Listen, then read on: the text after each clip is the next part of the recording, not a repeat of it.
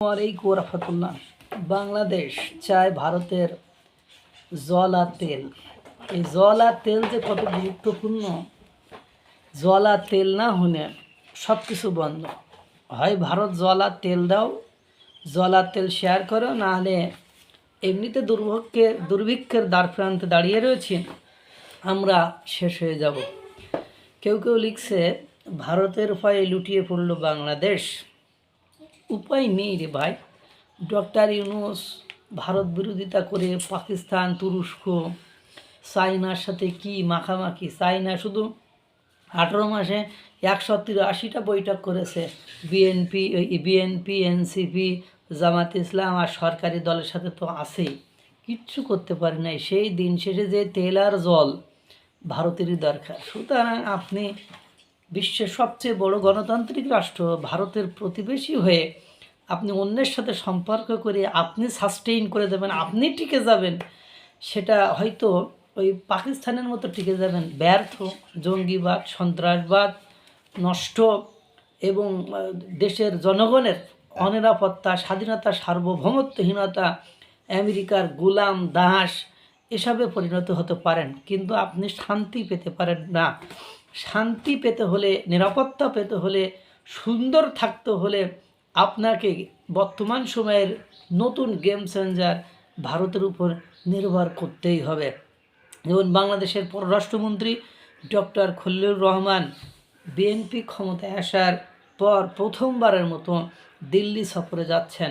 সঙ্গে নিয়ে যাচ্ছেন মাননীয় প্রধানমন্ত্রী তারেক রহমানের পররাষ্ট্র উপদেষ্টা হুমায়ুন কবিরকে, যিনি ভারতের সঙ্গে হাসিনা আমলের সম্পর্ক শেষ ঘোষণা দিলেও হাসিনা আমলে বসানো পাইপলাইন দিয়ে ডিজেল এনে বাংলাদেশের জ্বালানি সমস্যা সমাধান করতে চায়।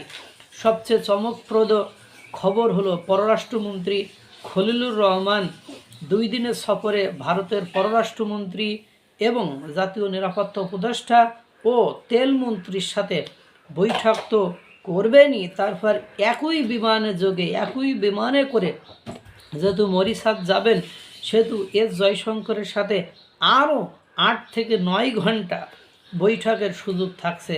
বাংলাদেশ চাই তেল আর গঙ্গার জল, আরও চাই ভারতের প্রত্যাহার করা সুযোগ সুবিধাগুলো চালু করা, যেগুলোর জন্য শেখ হাসিনা দেশ বিক্রি করে দিয়েছিলেন বলে প্রচার ছিল। বাংলাদেশের এসব চাওয়ার বিপরীতে ভারত কী চায়, কেননা শুধু দেওয়ার জন্যই ডিপ্লোম্যাটিক সম্পর্ক হয় না, দেওয়া নেওয়ার সম্পর্ক করার জন্যই কিন্তু ডিপ্লোম্যাটিক সম্পর্ক হয়। এবং আপনারা জানেন ভারত যাদের সাথেই আলাপ করে, যাদের সাথেই ডিপ্লোম্যাটিক আলাপ হয় বা ডিপ্লোম্যাটিক তাদের চালচলন হয়, পাকিস্তানের সঙ্গে তাদের সম্পর্ক, জঙ্গিবাদের সম্পর্ক ছিন্ন করা এবং তাদের সাথে সন্ত্রাসবাদের সম্পর্ক ছিন্ন করা, সামরিক সম্পর্ক ছিন্ন করা, এই আলোচনাগুলো হয়ে থাকে। দেখেন, ইতিমধ্যে আপনারা জানেন গঙ্গা চুক্তির মেয়াদ 2026 সাল শেষ হয়ে গিয়েছে। যেহেতু গঙ্গা চুক্তির মেয়াদ শেষ হয়ে গিয়েছে, আর গঙ্গার পানি যে কতটা বিপজ্জনক, ভারত চাইলে আপনার শুকনা মৌসুমে একেবারে শুকিয়ে মারতে পারে, আপনার ভরা মৌসুমে একেবারে ভরে দিয়ে বন্যা সৃষ্টি করে আপনাকে ধ্বংস করে দিতে পারে। এই মুহূর্তে আপনার সামনে বিকল্প কী বা আছে, কী বা করবেন? এই মুহূর্তে বাংলাদেশ সরকার আরও চায় যে ভারতের সাথে ভারত যে চুক্তিগুলো প্রত্যাহার করেছিল, যে চুক্তিগুলোর কারণে অনেকে ভারতকে গোলাম বলতো, আওয়ামী লীগ সরকারকে বা বাংলাদেশকে, যে চুক্তির মাধ্যমে নাকি গোলামি চুক্তি করেছিল, সেই চুক্তিগুলো প্রত্যাহার করেছিল এবং ট্রান্সশিপমেন্ট বাতিল সহ আরও কিছু সুযোগ সুবিধা থেকে বাংলাদেশকে বঞ্চিত করেছিল। এখন বাংলাদেশ চায় সেগুলোকে রিভাইভ করতে, সেগুলোকে আবার চালু করতে। যেমন পাইপলাইন বলেন, ট্রেন লাইন বলেন, বাস যোগাযোগ বলেন, এইগুলো আবার চালু করতে চায়। আপনি তেল জল ছাড়া যেমন আপনি পঙ্গু, আর এই তেল জল নিতে হলে আপনাকে ভারতের উপরই নির্ভর করতে হবে। না আপনার চীন কোনো পলিসিতে দিতে পারবে, না পাকিস্তান আপনাকে কোনো পলিসি যে দিতে পারবে, আপনাকে সেই ভারতের উপরই নির্ভরশীল থাকতে হবে। এর বিকল্প কোনো উপায় আপনি কোনোভাবেই বের করতে পারবেন না। এবং ভারত আপনি দেখেন, এর আগে অনেকভাবে চেষ্টা করেছেন, কিন্তু পেরেছেন কি? পারেন নাই তো। সুতরাং আপনার দিন শেষে যে ভারতের কাছে ধন্না ধরতেই হবে, ভারতের পদাঙ্ক বা ভারতকে আপনার অনুসরণ করতেই হবে।